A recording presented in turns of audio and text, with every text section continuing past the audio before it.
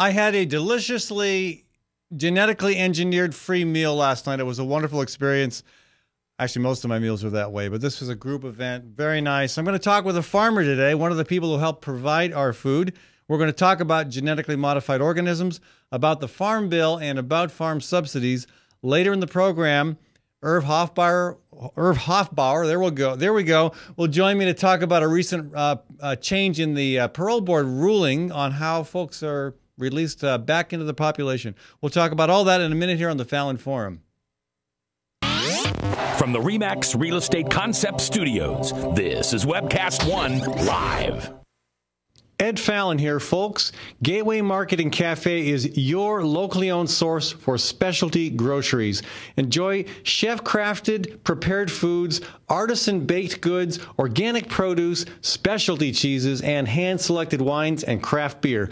Visit the lively cafe for breakfast, lunch, or dinner 7 days a week. Gateway Market is centrally located on the corner of Martin Luther King Jr. Parkway and Woodland Ave. Stop by or visit www.gatewaymarket.com for more details. That's Gateway Market, folks. Good food, great community. Hello, Mid-American Energy. I'm very concerned that you want to bill me an extra $5,000 to build a nuclear reactor. Do you know we're in the middle of a recession? Oh, we were hoping you wouldn't hear about that until after the legislature had taken action. Why not let your shareholders pick up the tab? Oh, way too risky for our shareholders. We need you, our loyal customers, to pay for it. Wait, let me see if I understand this. Mid-American wants to build a nuclear power plant in 10 or 20 years, and they want me to pay for it now? That's right. Well, I'll just take my business elsewhere. Sorry, we're a monopoly. What we say goes. I've heard nuclear power is more expensive than other sources. Yes it is. And I've heard there's no plan for how to dispose of nuclear waste. We're looking at shooting it into the sun. Well, I'm not going to sit back and let you make bad decisions with my money. We're betting you will. Stop Mid-American's power grab. Call your legislators today. 281-3371. 281-3371. Paid for by Physicians for Social Responsibility. Located in the heart of Beaverdale, Tally's offers speedy and affordable rooftop lunch, catering for events both large and small, innovative cuisine, as well as vegetarian and gluten-free menus. Come to Tally's for live music, dry-aged steaks, Sunday brunch, and all-you-can-eat ribs every Monday night. Tally's Restaurant, Bar, and Catering at 2712 Beaver Avenue. Call 279-2067. That's 279-2067. From the RE/MAX Real Estate Concept Studios, this is Webcast One Live.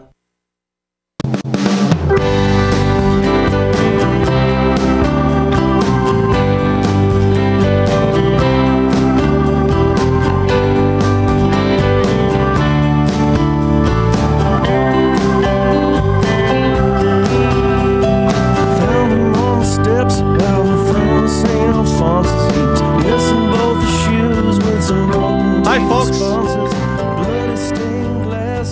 That is Brother Trucker. Welcome to our conversation here today. We're going to be talking later in the program with Irv Hofbauer about parole board changes. And before then, though, we're going to talk with George Naylor. We've got a lot of ground to cover with George, talking about GMOs, about farm policy, about the Farm Bill. George, welcome to the program. Yeah, thanks, Ed. It's great to be here. So you're done with your farm work for the year, maybe? Yeah, I'm all done, yeah. You're all done. So, yeah, it's kind of unfair, but that's the way it works. Why is that unfair? Oh, I don't know. I get to kick back and catch up on all my reading and writing, sometimes writing. And you make up for it in the growing season, of course. Yeah, that's right. Yeah, in the spring and fall, it's really long hours. And you've been just a little bit of background. I've known you since the 1980s, and you've been farming in Greene County for a long time. 36 years now. Okay, and you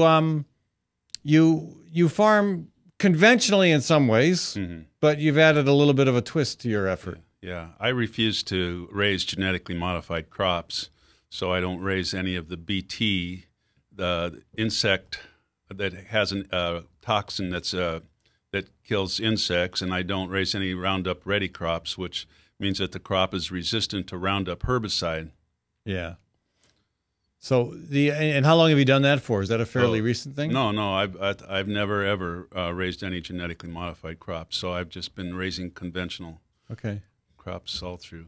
All right. So the debate over GMOs took an added emphasis this past month because of the referendum in California, Proposition 37. Yes. Did you see that coming? I mean, it was polling pretty well a couple weeks out of the election, and then just the barrage of money from Monsanto and others. I mean, I guess we should have seen that coming. Well, I guess so. Yeah, it's funny. I deliver both my corn and soybeans to a really big company in this country, and get a premium for non-GMO corn and soybeans. And I got a letter from them that said, they wanted me to make a donation so that they could help knock down Proposition 37. They had the audacity to ask you for a donation? Yeah, it's just ridiculous. So, and of course on the list of the supporters are all kinds of big corporations, and they even had, it's interesting, they even had a category of groups that supported their position under the term ethnic. And so they had some Hispanic groups and some NAACP chapters on it. And I have no idea why they were on there, but it shows what kind of influence corporate America has on just about every corner of our society. So it sounds like they did a little bit of grassroots organizing in addition to the expected money campaign. Well, I don't know. I can't say that. I'm not sure. But, I mean, I guess, if you call it, if you want to call it that. I mean, I'm stretching the definition of grassroots a bit. When you go out of your way to meet with Latino groups and the NAACP about a genetically modified ballot initiative, that shows a little interest in broadening your base. I suppose. I suppose. But if you look at the money, I mean, it was $46 million, almost all of it from big corporations that have an interest in ag policy, that have an interest in keeping the industrialized food system in place. Right. Yes, and they used lies, as just in most of the political campaign commercials this last season. They evidently claimed that it would increase the price of food to poor people, which is typical for those kind of big corporations to claim, and of course claimed there was no evidence whatsoever that genetically modified crops might be bad for our health. Yeah. So let's look at those two arguments again. Is there any objective evidence to suggest that food prices would go up if we required products that contain GMOs to be labeled? Well, I don't think so. I mean, it's a small little addition to a label to say that it contains genetically modified food. But they're saying that it would cost them money to provide. Yeah, and obviously it would be some extra work on their part, right? Oh, I suppose. But is it such that is it so marginal that there's no effective impact on the cost of the product to the consumer? Right. I think it's marginal, and see, I raised non-GMO corn and soybeans, so those are two of the ingredients in most of the processed food, because you got soybean oil, you got corn oil, you got soy protein, and sometimes corn flour or whatever. But I mean, the oils and sweeteners, corn sweeteners, those are the things that generally are derived from corn and soybeans. And it's not any big deal for farmers to switch back to non-genetically modified corn and soybeans. Right. I'll guarantee you. Yeah. I mean, I think I lots of times in newspapers and farm magazines now, you'll hear where the farmers' yield this last year during the drought was actually better than they expected, and then they jump to the conclusion, well, it must be the genetically modified crops we're raising. But that's not sound science. They have no side-by-side comparisons of non-GMO with the GMO. And anecdotally, I had a neighbor call me and ask me what I was raising along the road there because it looked so good. And of course, it's non-GMO. And I talked to another farmer, a really big farmer that I had talked to the year before, and he raised this year for the first time a lot of non-GMO corn, and he said it came in first, second, and fourth in his varieties. In terms of volume. Yield. Okay. Yeah, right. Yeah. So speaking of sound science, what do you say to those who say, well, we really don't know enough about GMOs to know whether they're going to be, causing problems in the future, but it's a chance we have to take because of the increase in yields, the increase in resistance to various diseases and whatnot. I mean, I guess what I'm saying is, do we have any sound science on our side that's saying, hey, this stuff is a problem? Well, I think there have been some studies, and I'm not a scientist or a health science expert on to say that I understand all the studies on the health question, but there are some studies that would raise questions. And as far as like the environment, I think it's very clear, and an organization in England documented the loss of biodiversity by using Roundup-ready crops, because Roundup is such a powerful herbicide. It kills virtually any green thing in that field except for the crop. Except the plant that has the gene in it to resist it. Yes, right. You know, I talked with a young man from who'd worked at Pioneer for a while, a temp job, and he was just called in, for a couple months. He went through a temporary service, manpower, one of those. Ended up not having any idea where he might end up. Ended up at Pioneer, and it was like you weren't really in a place containing living organisms. Mm-hmm. There was that one crop. There were no insects. There were no birds. There were no weeds or anything in the soil at all. It was just a solid wall of soybeans from one end of the field to the other. You had to wash up when you went inside. You were supposed to wear gloves. He wanted to snack on some peanuts while he was out there. He was told that was a really bad idea. You could poison yourself. Gee whiz, yeah. So, I mean, whatever it is they're dumping on that stuff is not good for people either. Well, but it's pretty effective at killing all other plants and deterring any insects or birds from showing up in the field. Right. Well, that's the other thing that's come up now is that they always said that genetically modified crops would require less pesticide, either insecticide or herbicide. And it turns out now that the system is failing on both accounts, like the corn rootworm resistant corn varieties are not killing the rootworms. And so now people are going back to putting on when they're raising corn on corn, they're putting on a rootworm insecticide as they plant. And then because the Roundup herbicide, you have a lot of weeds that are becoming resistant to it. Right. So now they're having to add other chemicals to the mix. So that means more and more chemicals on the land. Yeah. Again, and this is the problem when you marry a seed company to a chemical company, right. Or to more accurately describe what happened, of course, when a chemical company or multiple chemical companies buy seed companies. Right. Yeah. And one of the things that your listeners should be aware of is that there are several new products from Monsanto and Dow, genetically modified crops that are resistant to other herbicides, other very powerful herbicides like dicamba and 2,4-D. So once those are approved, you will see a lot more spraying of those two chemicals. Okay, and we're trying to get trying to get the Secretary of Agriculture to not give approval to those because of the risk to other crops. We're talking about USDA Secretary Tom Vilsack. That's right. Yes. What is he saying? Well, I don't know what he's saying. I don't know that he's actually responded because it's supposed to be like a regulatory process. But right. But the chances are they're going to approve it either because the system's rigged and the way the regulation is spelled out. They'll say, well, we don't really have any basis for rejecting these things. And in the new Farm Bill, the House Agriculture Committee has put riders on the Farm Bill that would even give more power to the genetically modified crop industry than they've ever had before, and in a sense would almost eliminate regulation. Let's hang on to the Farm Bill comment for a minute. I want to talk about that, but let me get a little bit more information from you on GMOs specifically. How many farmers in Iowa are now growing either corn or soybeans that are GMO free? Well, it's quite a bit over 90% of the farmers, from what I read. Now, 90% contain GMOs. Oh yeah. So there's about 10% of you. So maybe or less. Yeah. Maybe 8 or 10,000 farmers. Yeah, I couldn't tell you how many, but not very many. Okay. No.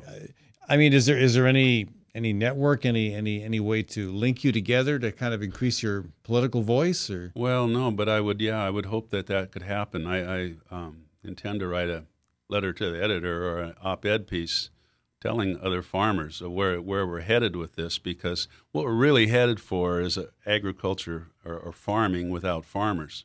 Because while these products make it weed control very easy, it also makes it very easy to let custom sprayers do the work of spraying, and so you can have thousands and thousands of acres sprayed, either like through the elevator or some private company, which then just makes it more likely that you will be weeding out farmers. Right. Nice pun. Yeah. Tom Dorr from Northwest Iowa, Right. former Secretary of Undersecretary of Rural Affairs under Bush, was quoted, and this is one reason I think Tom Harkin rejected or opposed his appointment. His vision of the future of agriculture was one farm per county in Iowa. Yeah. And I mean, and what you're describing, is taking us in that direction. Right. I mean, this whole innovation. I mean, I try to, city folks sometimes don't understand the difference between a hybrid and a GMO. Mm-hmm. I mean, hybrid is like, two dogs having a litter. Yeah. Having Right. pups. Yeah. A German Shepherd and a Rottweiler. Yeah. But a GMO is like a German Shepherd and a cat. Yeah. Yeah, that's right. Yeah. I mean, that's my simplistic way of trying to explain it to people. Or shellfish or bacteria or anything. Yeah. Yeah, you get you're messing with the very basic genetic stuff Right. that life is made of. And who knows where that's going to lead. Right. I mean, I think we have enough anecdotal information to say, hey, red flags, let's slow down. Let's put this genie back in the bottle if we can. Right. But instead, we're going the opposite direction. Well, yes, and on a global scale, you think of how this technology goes to Brazil and Argentina and Africa and places in Asia, Australia. So we're destroying biodiversity all over the planet by producing more corn and soybeans. Yeah, well, we got people like Bruce Rastetter who want to bring it to Tanzania, and folks like this this other Bruce, I can't remember his last name, with a corporation in New York that wants to bring it to Cameroon. Oh, yes. Yeah. Right. Anyway, I want one more question about GMOs, and then I want to switch to a conversation about the Farm Bill and farm subsidies. But again, Prop 37, I think some folks in Iowa were waiting to see what happened in California. And, I mean, either way, it helped elevate the level of the debate on GMOs. Mm-hmm. And I know there are folks interested in seeing legislative activity here in Iowa, an initiative to require, at a minimum, labeling. All right. What are your thoughts on the prospects of that? I mean, again, it's probably not going to pass, but in terms of being introduced, in terms of generating more discussion, what do you see happening this coming legislative session on the issue? Well, I would sure support that, and I think the more people know about this, the better. I was just to see my doctor this morning, and I mentioned how my non-GMO yield was great, and she goes, what's GMO? So, people don't really, this is hardly on their radar screen, and it should be. It should be something they think about every time they go to buy groceries. Yeah. Well, again, you're saying that a debate on this issue would at least elevate awareness of the problem. Oh, yeah, for sure. Can we find legislators willing to introduce a bill? I don't know, but, there's a lesson to be learned from the time when Monsanto wanted to introduce Roundup Ready wheat. And it was the European consumer that saved the day there. The wheat farmers would depend on a lot of exports to Europe. And so they brought the millers over from Europe, and the millers said, look, if you raise any acres of Roundup Ready wheat in Montana and Kansas and things like that, we won't buy one kernel of wheat from the United States because our consumers know that you can't keep it separate, right. Yeah. So a consumer is the ultimate weapon in terms of opposing genetically modified crops, I believe. All right. Hey, folks, George Naylor is our guest, the first part of this program. He's a farmer from Greene County, been growing genetically engineered free corn and beans for a long time. He's on the cutting edge of that curve, and hopefully that's a curve that will continue to move in the direction away from a science that has all sorts of environmental and health and genetic questions associated with it, and is clearly also benefiting the consolidation of agriculture to the point, and George makes the case too, that eventually we're going to see farming without farmers, and that will probably suit Monsanto just fine. Okay, we're going to be back in a few minutes. I do want to talk about the Farm Bill. We're going to switch from the state level to the federal level. take a look at what might be happening on that and on the issue of farm subsidies and how the whole GMO debate fits into the Farm Bill. I want to thank the Sierra Club, the Iowa chapter of the Sierra Club, also Physicians for Social Responsibility for sponsoring this program. And I want to thank Gateway Market for providing the sponsorship for this segment of our show. Gateway is at Woodland and 20th in the Sherman Hill neighborhood. And plenty of non-GMO, non-GE stuff there at the Gateway Market. They're a full-service grocery store that focuses on natural, healthy, organic, and local food. Check them out, folks, and please support the businesses that make this alternative to right-wing talk radio possible. And also, they keep their money in the local community. That's Gateway Market at 20th and Woodland for groceries, a cafe open for breakfast, lunch, and supper, and a catering service. Folks, we'll be back in a few minutes. From the RE/MAX Real Estate Concept Studios, this is Webcast One Live. I'm a burrito. I'm a fighting burrito, full of fresh ingredients prepared before your very eyes. I don't have eyes. I have over 28 options and 268 million combinations, including Rizzo for vegetarians. I can take my meat off and call myself vegetarian. Put that back on. The fighting burrito is locally owned. I'm owned by some big corporation somewhere. Say, you want to go on a date? No thanks. I'm seeing a quesadilla. The Fighting Burrito online, fightingburrito.com. Join the fight. It's time to think about upgrading the efficiency of your furnace and air conditioner. Leonard Tinker Heating and Cooling has provided honest, competent service for over 20 years. Whether it's your home or business, for repair work or to install a more energy-efficient furnace or air conditioner, call Leonard Tinker at 263-0422. That's 263-0422. For honest, competent heating and cooling service, call Leonard Tinker at 263-0422.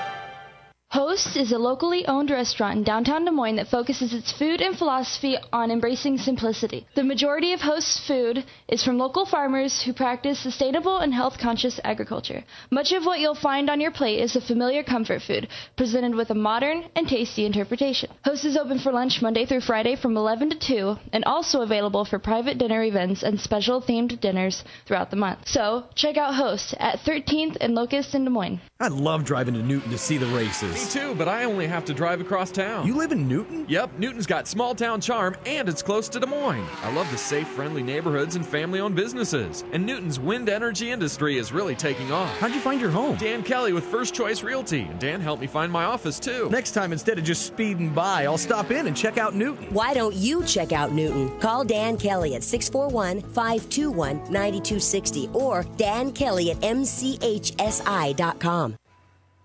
Drug and alcohol addiction slowly steals a person's identity, tearing away pieces of their life little by little until one day it seems like the hope of a happy future is gone and there's no chance of getting it back.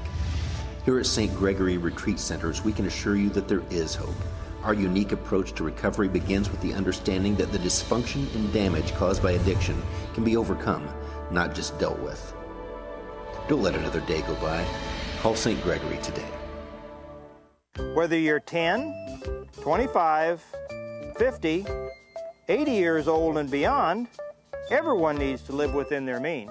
I'm Tom Coates with Consumer Credit of America. For almost a quarter of a century, we've helped people of all ages learn to manage their personal finances to benefit them far into the future. When problems arise, we've got the experience you need to make those debt problems go away. Got financial problems? Call Consumer Credit of America. Well, hi, I'm Rob Spearman. I'm a broker-owner of RE/MAX Real Estate Concepts in Des Moines, Iowa.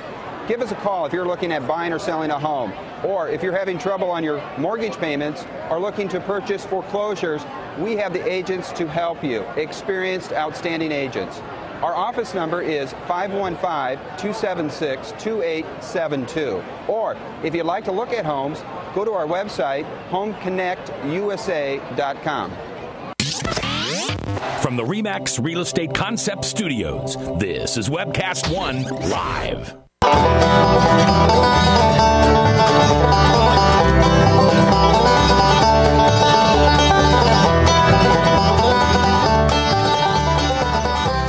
Hi, folks. Welcome back to the conversation here on the Fallon Forum. We are broadcasting live from the Webcast One studio in the Skywalk across from Palmer's Deli. So if you're walking by, You can wave if you want. I might wave back, depending on what I'm doing. Anyway, we always appreciate people, though, noting that there is this activity going on here. Not just my show, but, of course, Bradshaw, and you got Crazy J. Michael McCoy, and you got a bunch of other folks who get a chance to talk their story from a local venue that does not exclude voices.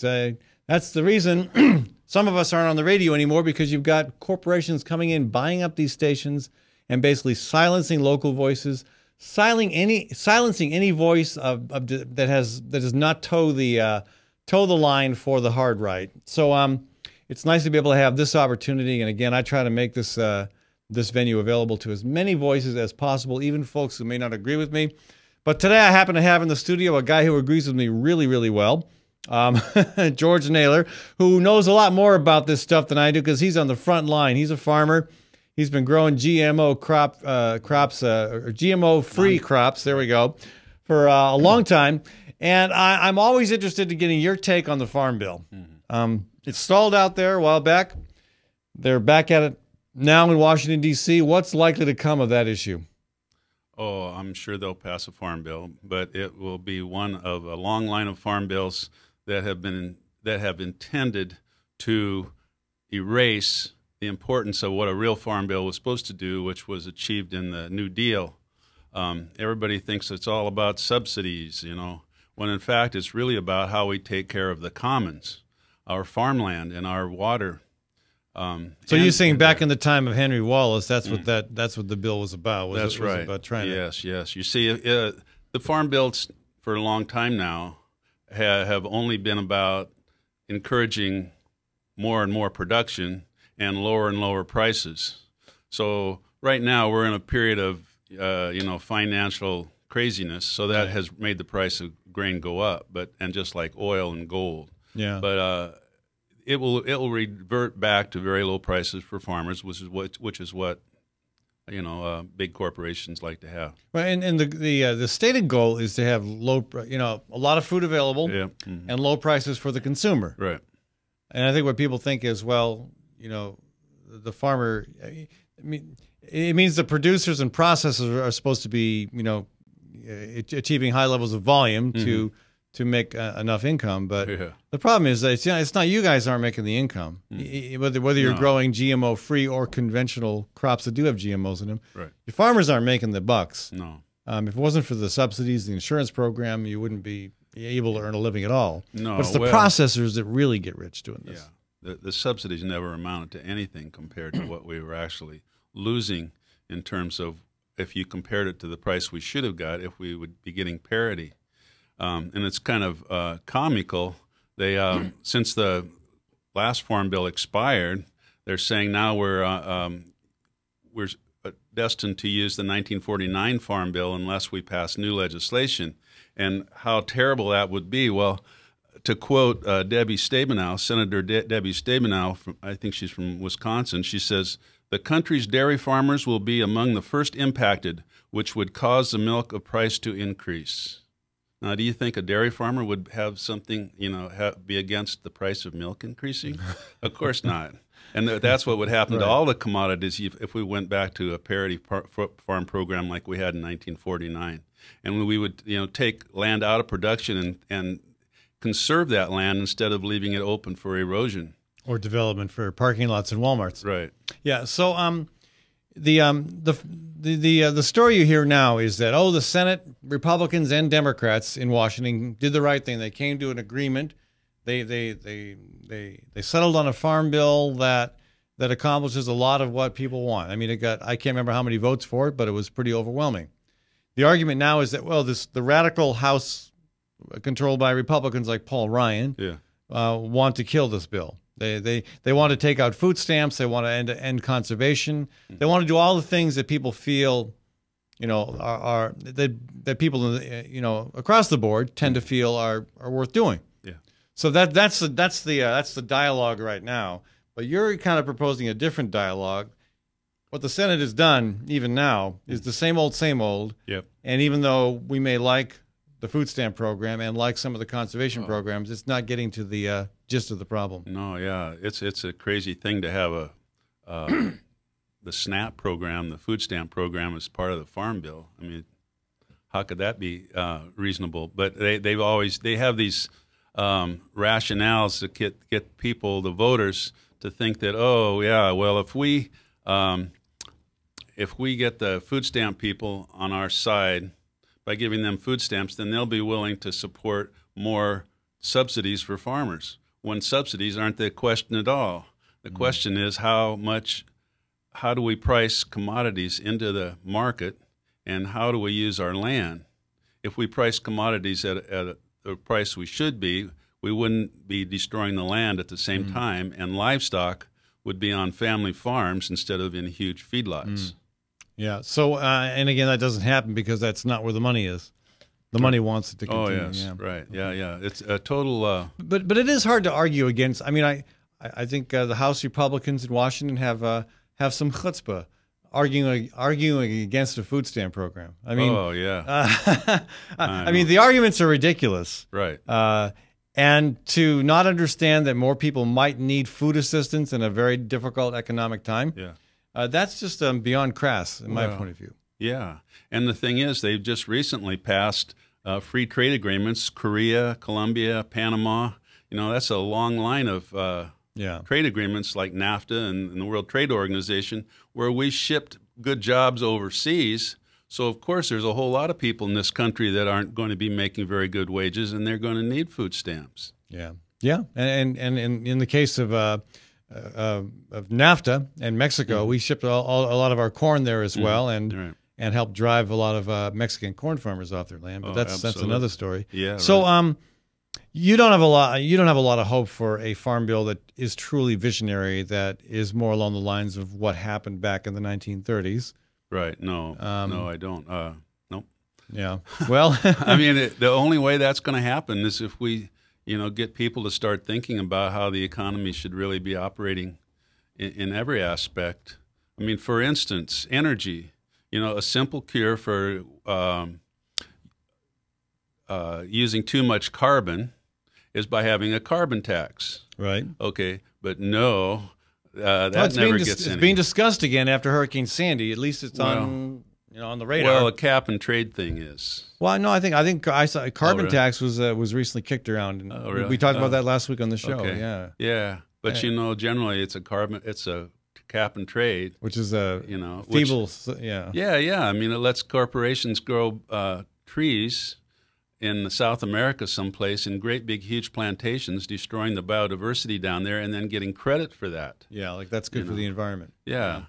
No. So okay, again, the best we can hope for, you think, is what the Senate's done. I mean, realistically. One of the main things, though, is to stop some of the craziness, like you're saying, that's proposed in the House. Isn't it sad though? That's what the battle is to stop crazy. Yeah, that's the battle. Yeah, as far as dealing with Congress, you can't get anything really good out of Congress. It's a Congress of the 1%. But you might be able to embarrass them so much and make them realize that they're doing something totally crazy, and maybe get that stopped. For instance, these provisions on genetically modified crops, where they would loosen the regulation of genetically modified crops. I mean, that's so obviously goofy that even the National Grain and Feed Association has signed on to a letter opposing these things. And normally that organization is going to be on the side of big agribusiness all the way. Yeah. Right. Well, and that's, and maybe that's where the hope lies. If enough of these smaller players start seeing how these decisions that consolidate more and more power in the hands of fewer and fewer, they start seeing how that affects them, maybe there'll be an effective voice there for change. We can only hope. Yeah, I hope so. George, thank you so much for joining us, folks. George Naylor from Greene County, a longtime farmer, a guy I've known since the 80s, back when his hair was less gray. Yeah. As was mine. Anyway, thank you for joining us, George, and good luck with your work. And again, I know your work is not just farming, but it's being a voice for change, and it's really appreciated how much effort you put into trying to get people to think about food, and farm policy. Yeah. Folks, when we come back, Irv Hoffbauer is going to join me. We're going to talk about a recent change that the Iowa Board of Parole proposed and received approval for that allows prisoners to be released with 3 votes instead of the previous total of 5 votes of the parole board. I do want to thank Reynolds Energy Solutions for sponsoring this segment of the program. Reynolds is a company run by Tim Reynolds. What a coincidence. Same name. Tim does energy audits here in central Iowa. He will come and check out your energy situation, no cost to you. He'll find out where you're losing fuel, where the heat's seeping out, where the cold air is seeping in, and find a lot of ways in which you can save money and reduce your carbon footprint. So give him a shout at 802-2801. That's 802-2801. Tim Reynolds with Reynolds Energy Solutions. I'll be back in a few minutes, folks. From the RE/MAX Real Estate Concept Studios, this is Webcast One Live.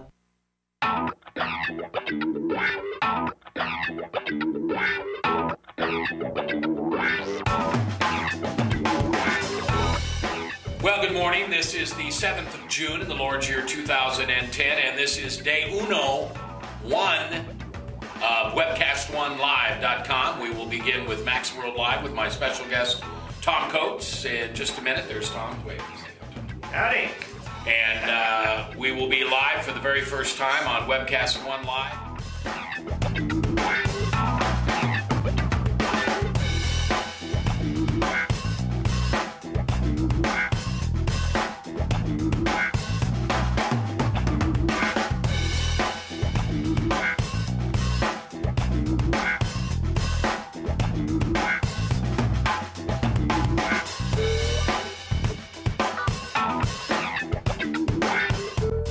Someday we're going to look back on this and say, gosh, remember that old day in history?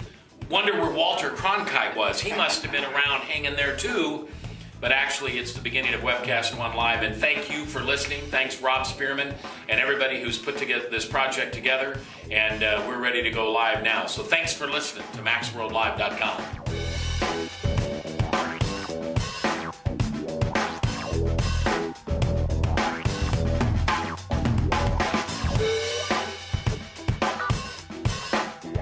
I can't tell you that it's going real well from time to time, but it is going, man.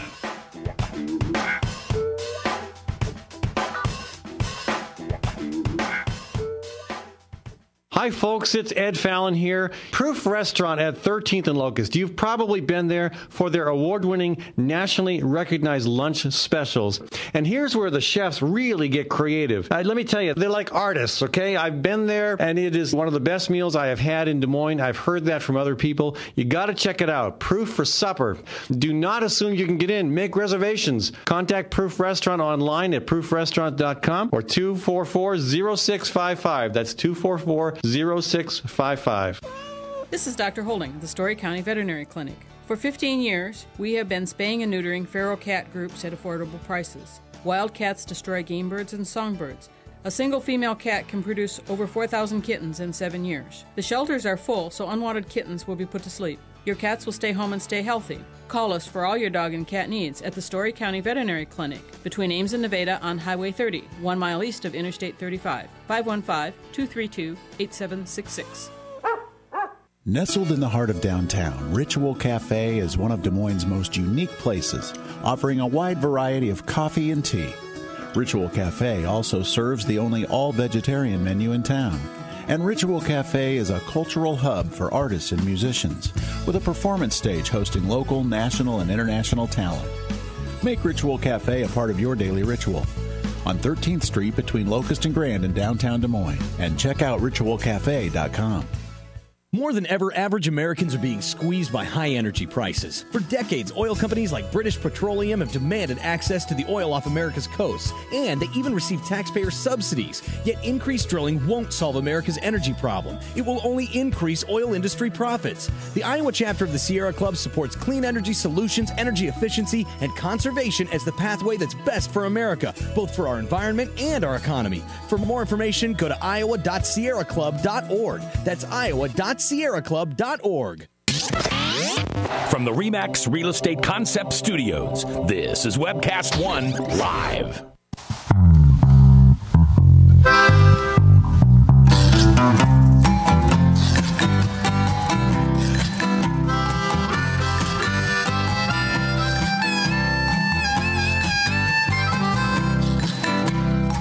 That's Pumptown. That's their tune, Bicycle. I want to thank them. I want to thank Baber's Neighbors and Brother Trucker for providing bumper music for this program and for being great local bands that help keep the music scene alive and hopping here in Central Iowa. I want to thank Proof Restaurant for sponsoring this segment of our show. And I want to take a quick second here to glance at a very, very brief video that I thought encapsulated the climate change problem very, very well. This is a map showing the increase in global temperature over the past century plus.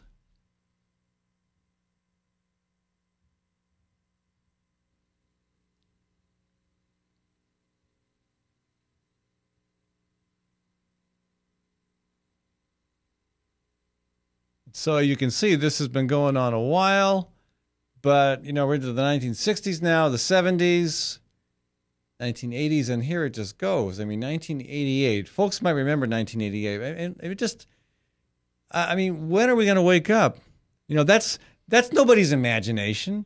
That's not a theory. That's not some, some scientist who just wants to spout some controversy. That's temperature. That's global temperature changes since the 1800s. Okay, wake up, folks. You shouldn't need Hurricane Sandy to kick you in the butt to get into gear to do something to address the climate crisis. But we're going to change gears here. We're going to talk criminal justice, and I'm delighted to have Irv Hofbauer in the studio with me. Irv is a retired CPA and an advocate with the Justice Reform Consortium. Irv, welcome to the show. Thank you. It's good to be here. Yeah, so big news recently, and again, maybe folks don't think this is big news, but when you've got so many people in prison in Iowa, okay, and again, the extent to which the population has grown, 8,333 people in the Iowa prison system now at the end of this most recent fiscal year. It was 4,695 in 1993. That was the year I began serving in the legislature. It's about doubled, in other words, and yet the full parole board of 5 members is still required to evaluate each Iowa prisoner. Okay, so that was hard enough, I imagine, back when it was 4,695. So every year, every prisoner has to be evaluated for the possibility of parole. This is the task that has, in the minds of those on the front lines, has become burdensome. Almost unimaginably burdensome with the increase in the inmate population. And the board also, this is important, because of budget cuts over the years, the board also has fewer staff members, down from 11 in 1993 to 6 today. So almost double the number of prisoners that need to be looked at for the possibility of parole with half the staff. Why is that not a bad idea? All around it's a bad idea. So anyway, the parole board had a good idea. They said, we want to change the process so that folks don't need 5 votes. They can just have 3 votes. Again, because these aren't all full-time people. So harder to get 5 people together than 3, and you can go through the system a lot quicker. So Irv, that's my take on it. And again, you're on the front lines of this. You've been advocating for a long time. What are your thoughts on it? Well, you're right with those numbers. It's frightening, actually, and I'm surprised anybody would want to have that job. Some people have to be evaluated more than once a year. Really? The statistics that I just read, that the board goes through 15 to 16,000 a year, and it primarily the 3-member board does probably 80 or 90% of them. And those are the folks who are full time, who actually are there's paid. Two full time paid, right. A chairman and a vice chairman, right? And then there's the 3 volunteers that are paid on a per diem basis, and they're paid mileage or whatever they need to come into town. And but the issue there, Ed, is the fact that the people that this article in the paper was addressing was the fact that the legislature obviously doesn't understand what the parole board is doing. and they somehow got the idea that we're creating a public safety problem by cutting out the extra 2, which is not the case at all. There's no credible evidence that this would change the safety factor whatsoever. Right. We have quotes in the paper from 2 Republican State House members, Don Pettingill, who says, quote, "The requirement and qualifications to get an early out on a sentence that was given to you for a heinous crime, I don't think should be loosened." And then Representative Guy Vanderlinden, I think he gets it even less. He says, quote, "Ultimately, no matter if you've been a good guy or not, you only need 3 votes, and I don't understand what's driving that." Well, I mean, how can he? I mean, these guys are on these people are on the committee. Yeah. I mean, yeah, the parole board is driving it. The people who are on the front lines, the people who look at 8,000 plus inmates every year are driving it. I mean, so are they not paying attention? Or are they just pandering to the electorate, or what's going on? I don't know who they're really trying to pander to. Well, I guess there's been this attitude of don't be soft on crime the last 30 years or so, and some of these people are still living that. When now the issue is be smart on crime and not not soft or hard on crime, either one. It was the wrong dialogue. Soft versus hard on crime. Absolutely, it's really smart versus dumb, and fiscally responsible versus foolish. And, and we have been spending way too much money on incarcerating people who are either nonviolent offenders or who are to the point where they should be serious candidates for probation. And even this article even talks about that too, about how the backlog of cases, the folks waiting for a chance to be seen by the parole board, just accrues so much cost to the taxpayers for incarceration. Yeah, it's true. Now, to give credit to the 2 new board members, they're the ones instigating these changes. The other part that doesn't get addressed very well is that this system is so cumbersome and it's just impossible to control. And just to give you an idea how it works, the 3-person panel sits here in Des Moines and goes through the 15,000 files a year, and then if they need the 4th and 5th vote, they send the file off to whoever the third and fourth and 5th member is, and so there's a span of any place up to 60 days where that file is floating around. And you can't tell me that isn't inefficient as hell. Oh, gosh, it's got to be done. Yeah. But how do you, I mean, okay, there are 8,000 plus inmates. Right. But there are 15,000 files. So basically you're saying that on average each one is reviewed twice, although some are reviewed multiple times? Well, as they come closer into the date of the review, then they have staff that helps them with some of the lesser cases. Mm-hmm. But I sort of question that 15 to 16,000 myself. But I've been going to the interviews for the last 6 months so I could learn more about this whole issue, and also since my daughter was one of the people that was going to be reviewed in November. So I really give them credit, and it's ironical that for once it's really not political. The new chairman is Republican and the vice chairman is a Democratic woman, and Sharp is attacked. Who are they? Jason Carlston from Dickinson County. Yep. Yeah, he's the new chairman, and Doris Kelly from Waterloo, former state rep, who was a state rep. Yeah, and she took Elizabeth Robinson's place about a year and a half ago with the idea. She was chairman temporarily till Jason or somebody was available, but she's the one that really instigated all this, and I'm impressed with her. I met her several times over there. I know Doris Kelly got a lot of flack as a lawmaker from her own party.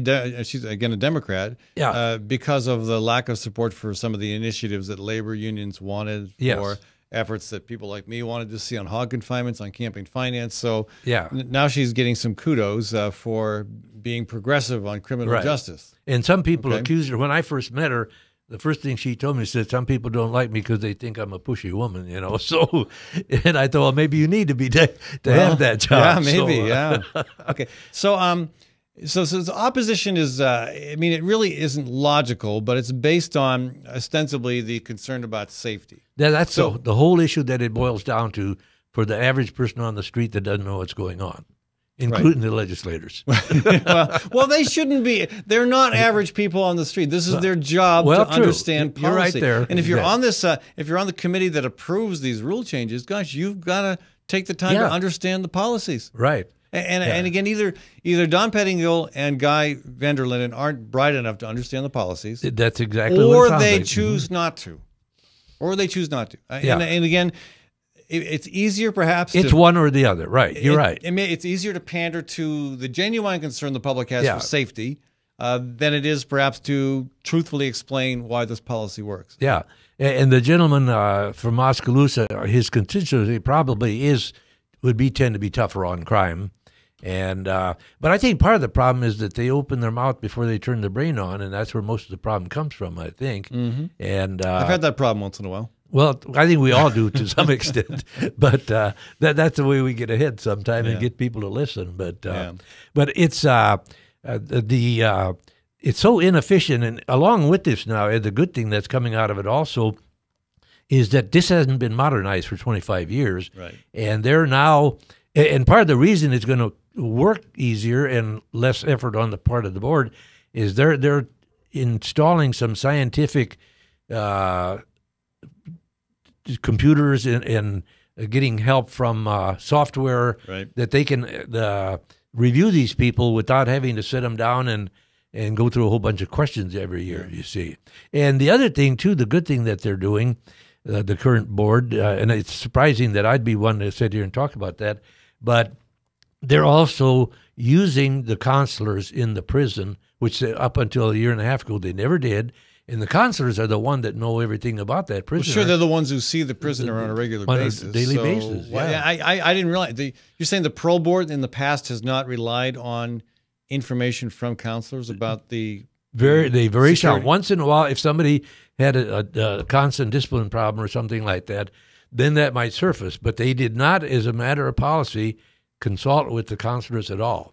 And the counselors, some of them, aren't really trained as college-educated counselors, as we sometimes know that, but they're living hand to hand with these people, and so they're the ones that know how these people behave. And that in that way, I don't know how the board ever decided, just from a numerical system of some kind.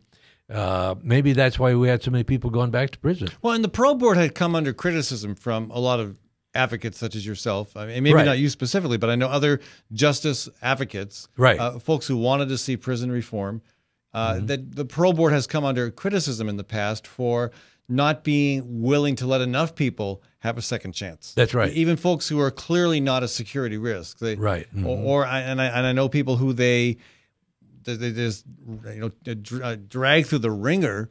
Almost, and I've heard about this process. It's almost humiliating to the prisoner seeking Not parole. almost, it is. Oh, it is. Yeah, yeah. So I don't know. It seems like in some cases it almost seems like parole board members in the past have had this power trip where they just want to make that prisoner feel as humiliated as possible. That's exactly right. And I don't know what's driving that, because there is no, again, security benefit from humiliating another person, even somebody who's done a crime. Unless they're bullies.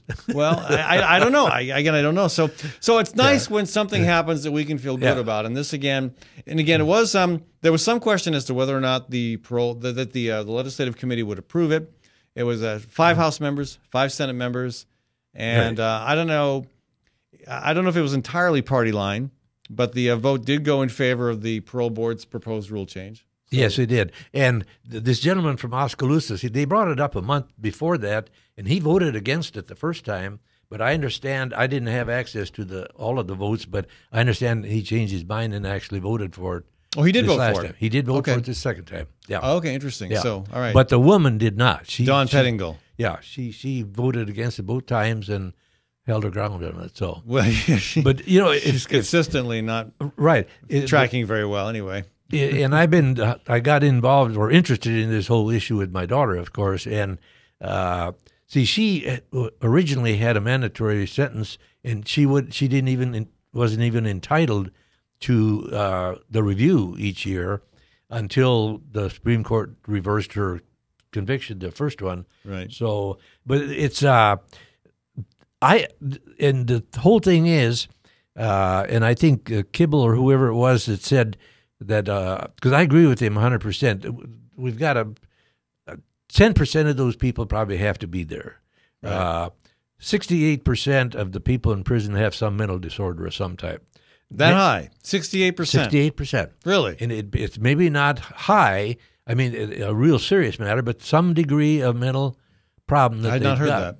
And that is what I learned over the last I guess 10 my years. question is, what percentage of the population as a whole has, would it be close to 68%? Oh, no. I guess it'd be half that, Half maybe. that, okay, well, Yeah. it's still pretty high, isn't in it? fact, I think there is a figure floating around 38% or something like that. So 38% of us are have some little quirk about us. badly that- messed up? Yeah.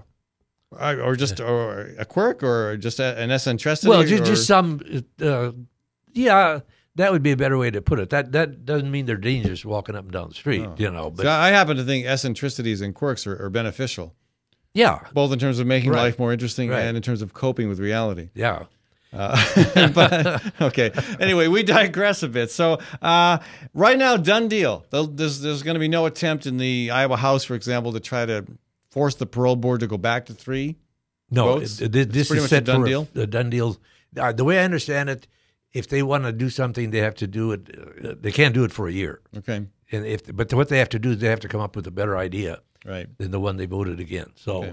the other option I understand is that somebody could maybe bring it up on the legislative floor at the session, but the change has the governor's backing, and so the word on the street is that he's not going to back off. Right. And for once, I agree with him. And So which I think is the put first that time. in your book, huh? Yeah. Irv Hofbauer agrees with Governor Branstad. You know, Yeah. it happens once in a while. I mean, when Steve King and I served together, him in the Senate, me in the House, we found common ground. The Steve King? Yeah, on some issues. It was like, How about that? Yeah. oh my gosh. Yeah. I'm agreeing with Steve King on something. I'd even organized a meeting in my district about an issue that we agreed on. And he came to that meeting and we advocated together, side by side. That's interesting. Well, I consider myself a independent, progressive independent is what my friends call me. So, and I've over the years, What do your enemies call you? I don't talk to them, so I don't know. Yeah, all right. Yeah. But I've never voted a straight ticket in my life. So you know what? Neither have I. Yeah. I mean, yeah. Anyway, so that has gotten me in trouble, probably more so than it will ever get you in trouble. So beyond, okay, this is good. This is a settled issue. It's going to save the parole board work. We're going to see more people get a second chance. It's not a safety concern. It'll save the taxpayers money. Good all around. What else might happen at the State House this year in terms of criminal justice reform? Do you have any pulse on that at all? We bring it up in our meetings. We're a pretty informal group, by the way, this the Justice Reform Consortium. Yeah, right. I think there were 17 organizations involved with the consortium. Right, and those are churches and social people. And then there's 2 individuals, myself and a gentleman from Cedar Rapids, that are what would they call us individual adversaries for the group. Adversaries or advocates? Well, advocates. Okay. Yeah, advocates is a better word, yeah. And we help support it financially a little bit, too. So there's a little bit of talk about maybe opening up the mandatories, a little bit off the subject, but Iowa's got the worst sentencing for drug problems. And the whisper on the street is, because of the cost of the incarceration, that they may be looking into that, not for murder or that but type of stuff. for minor drug offenses. I mean, recreational drugs. Sure, you can get a marijuana user in prison for a 25-year sentence. Yeah, that's crazy talk. Absolutely crazy. $25,000 a year to lock up somebody who smoked pot. Right. Yeah. And the whole thing is that we didn't touch on yet, and that is the savings of money, because during this 2-month period when these files are floating around, that inmate is sitting in prison running the meter at $25 to $100 or $3,000 a month, and they quoted in the paper that it would save at least $500,000. My calculation would be closer to $1.5 million. I wouldn't doubt it. Yeah. Irv, thanks so much for joining us, folks. Irv Hofbauer, advocate for criminal justice reform. We've been talking about the big change in the parole board proceedings, allowing 3 votes instead of 5 for folks who are trying to find a second chance. Anyway, despite some opposition from Dawn Pettingill, which, again, as you read her comments, you scratch your head and say, why does that make sense? Despite that opposition, the Administrative Rules Committee approved the change, and it is now law, and it is in effect. So, Irv, thank you for joining us. Folks, I want to thank all of the businesses that helped make this show possible, especially Proof Restaurant for sponsoring this segment of the show. Proof is at 13th and Locust, and I'm going to have dinner there tonight with my son back in town from a long trip across the ocean hauling freight. You should check out Proof, folks. They've got fantastic food. The chefs are like artists. I had the scallops last time I was there. Again, there's so much good happening in the culinary front in Des Moines, but you're not all there unless you've checked out Proof, because they really are doing a fantastic job. Again, great food, great people who support this kind of alternative to right-wing radio. So do check them out Wednesday through Sunday for supper, and of course they're still open for lunch every day. The Proof is at 244-0655 if you want to make reservations at 13th and Locust in downtown Des Moines. Tomorrow, again, Thanksgiving Day. I hope you enjoy it. I'm going to enjoy mine. And Friday, I'll be back on the program with Hector Salamanca talking about the DREAM Act, also known as Deferred Action. Also, Friday, my son, Benjamin, will join me. He's going to be talking about his work and experience traveling the world, navigating a commercial freight liner, dealing with pirates, hurricanes, and a whole bunch of other interesting stuff. Stay tuned for Bradshaw. Thanks to Webcast One Live for hosting the show, and to my wonderful producer, Maddie Arrington. Leach, owner and general manager of Service Legends. I brought along a couple of the home comfort heroes. Hi, I'm Tammy Wells. I am Nick Wondershide. I'm administrative manager. I'm the senior technician from Service Legends. It seems like every good thing, when you feel it to the bone that it's good, there's a lot of hard work behind it. I don't think that you can fake it and have it turn out good. You know, if we see